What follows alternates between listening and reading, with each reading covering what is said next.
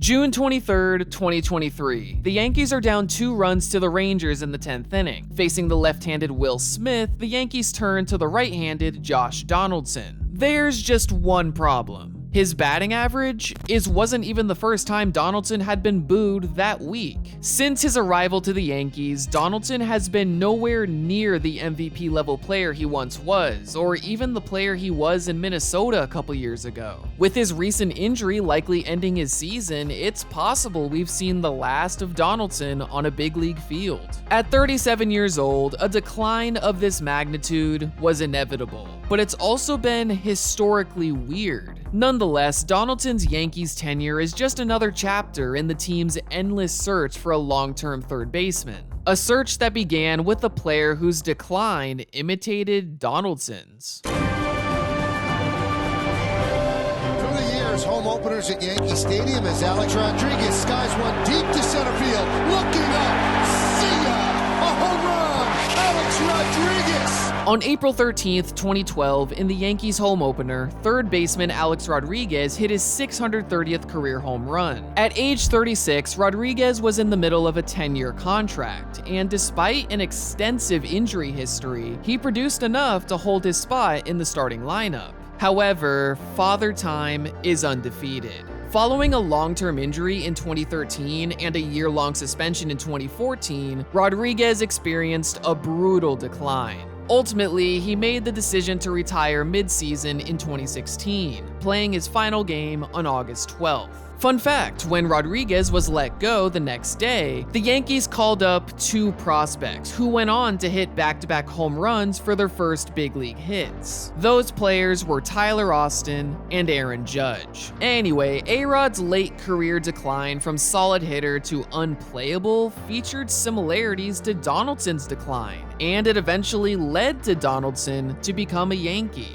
During A-Rod's suspension, the Yankees traded for Chase Headley as a long-term solution at third base, only for his 3.5-year stint to be subpar. After Headley was traded away in 2018, Brandon Drury was named the opening day third baseman. However, he was placed on the IL a week into the season, so the Yankees took a chance on their number 4 prospect, Miguel Andujar. Not only did he produce a season worthy of a second-place Rookie of the Year placement, he became just the second rookie third baseman since 1965 to produce a 130 OPS+.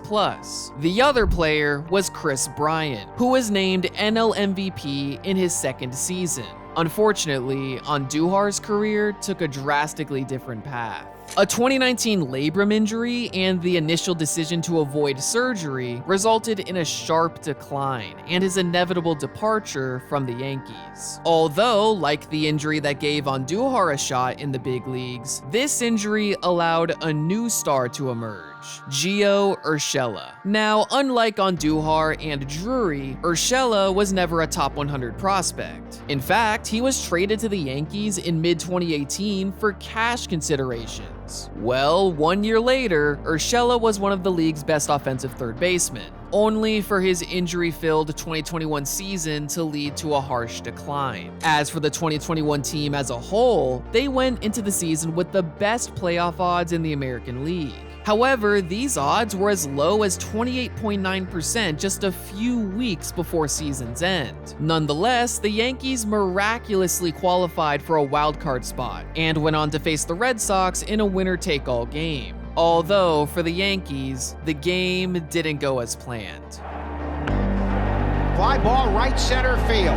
Renfroe is there and calling. He makes the catch and the Red Sox move on. With 0 World Series appearances in their last 9 playoff appearances, it was clear some changes were necessary. Offensively, this team had noticeably declined from 2020, but instead of chasing after free agents like Carlos Correa and Corey Seager, the Yankees took a different route. They sent Gio Urshela and catcher Gary Sanchez to the Twins for third baseman Josh Donaldson, infielder Isaiah Kiner-Falefa, and catcher Ben Rortvedt. At the time, the Yankees were clearly getting the best player in the deal. Between 2013 and 2021, Donaldson was one of baseball's best third basemen, with his most notable stint being in Toronto, where he won multiple Silver Sluggers and was named the 2015 American League MVP. Plus, even after surpassing the age of 30 and dealing with injuries in 2017 and 2018, Donaldson continued to dominate. However, like I said before, Father Time is undefeated, and even with Donaldson's success in his first 2 seasons with the Twins, his contract had real potential to become an albatross. Fortunately for the Twins, the Yankees were willing to take the 2 years and $50 million left in his contract, allowing the Twins to sign Carlos Correa a week later. So why couldn't the Yankees just sign Correa? Well, GM Brian Cashman said their payroll situation didn't allow them to sign a top free agent to a long-term contract, so they needed a bit more creativity to address their needs. Unfortunately for the Yankees, it didn't work. In just 1 year, Donaldson lost a sizable chunk of his power, resulting in his first OPS plus under 100 in a decade. Although it was Donaldson's walk-off hit on September 22nd that clinched a spot in the postseason. A memorable postseason could overshadow all the woes of the regular season. Well, that's not what happened. Yankees down to their last strike. 0-2 pitch. And he goes. A swing and a miss. A strikeout for Abreu. Donaldson starting to draw the ire of Yankees fans. Does not have an RBI in his last 12 games. The Yankees were swept by the Astros in the ALCS, mainly due to a terrible offensive showing. Now, in terms of average and OPS, Donaldson wasn't the worst hitter, but his constant strikeouts made him the easiest target for fans. He became the first player with 7 straight multi-strikeout playoff games since Darryl Strawberry in 1986. Excluding his short big league stints in 2010 and 2012, 2022 was Donaldson's worst year in terms of strikeouts and walks. His diminishing ability to recognize certain pitches was becoming apparent, most notably with fastballs. As a result, he was chasing more, whiffing more, and making less contact. In fact, not only did he have the league's 6th worst whiff rate, he tied with Luke Voit for the league's lowest in-zone contact rate. Also, even when Donaldson did get contact, he didn't hit the ball as hard as 2021. Despite these struggles, Yankees owner Hal Steinbrenner confidently said the trade for Donaldson was a success, especially from a defensive standpoint. To be fair, he was great defensively, but to say one of the big reasons they chose to acquire Donaldson was for his defense is disingenuous. Steinbrenner and the front office were just trying to appease a frustrated fan base. As The Athletic's Chris Kirschner put it, if the Yankees trotted out Donaldson and Kiner Falefa as the starting left side of the infield in 2023, fans would revolt. Well, he wasn't wrong. Batting 5th at third base, number 28, Josh Donaldson, number 28.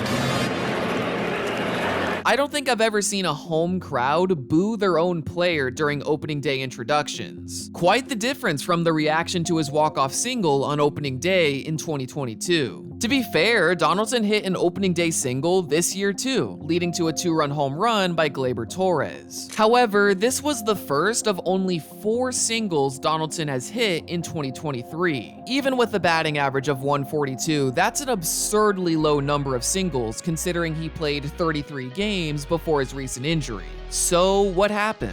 Well, let's just say he didn't completely lose his power.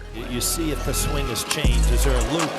That one's driven deep to left field. There it goes. See ya! The ratio of home runs to hits probably leads the world. In his first 30 games of the season, Donaldson hit 10 home runs, along with possessing a batting average under 150. Since 1901, no one has started a season like this. Adding in the 3 games he played before his recent injury, he currently possesses these stats. In MLB history, only 2 players have had a season with at least 10 home runs and a batting average under 150. Donaldson and 2020 Gary Sanchez, one of the players Donaldson was traded for. 2020 was a season full of outliers due to its small sample size. So this makes me wonder where Donaldson's 2023 season could have ended up if not for his injuries. After all, when it comes to StatCast numbers, Donaldson was displaying improvement. If Donaldson had the qualified number of plate appearances, his average exit velocity of 92.8 miles per hour would rank among the likes of Rafael Devers, Randy Arozarena, and Sean Murphy. So why did Donaldson perform so much worse than his peers? Well, finding success at the plate is more than just hitting the ball hard. Let's take a look at JD Martinez, a veteran who showed signs of declining in 2022, but has had a career resurgence this year. His average exit velocity is nearly identical to Donaldson's, but the most significant difference between these two is sweet spot percentage, which is a batted ball event with a launch angle between 8 and 32 degrees. Not only has Donaldson's sweet spot percentage declined by nearly 10 percentage points since 2022, it's one of the lowest in the league.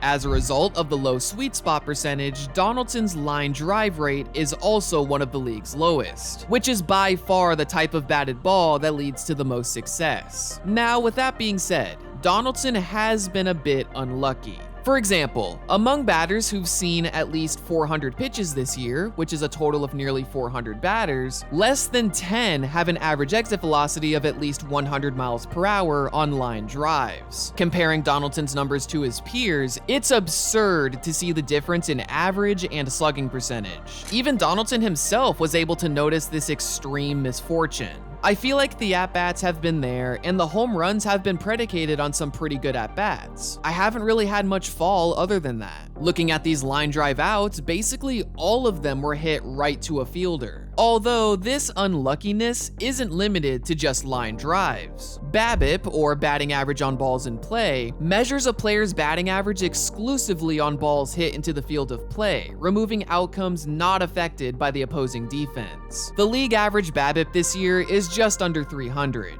Donaldson's BABIP is 0.76, a number over 200 points below his subpar 2022 season. Among the 27,000 plus individual seasons with at least 100 plate appearances since the start of the integration era in 1947, Donaldson's BABIP is the lowest. The combination of a brutal decline mixed with a historically weird streak to start the season, along with some real instances of misfortune, makes Donaldson's 2023 season one of the most peculiar in recent memory. Controversy due to his outspoken nature. Everyone is entitled to their opinion on Donaldson.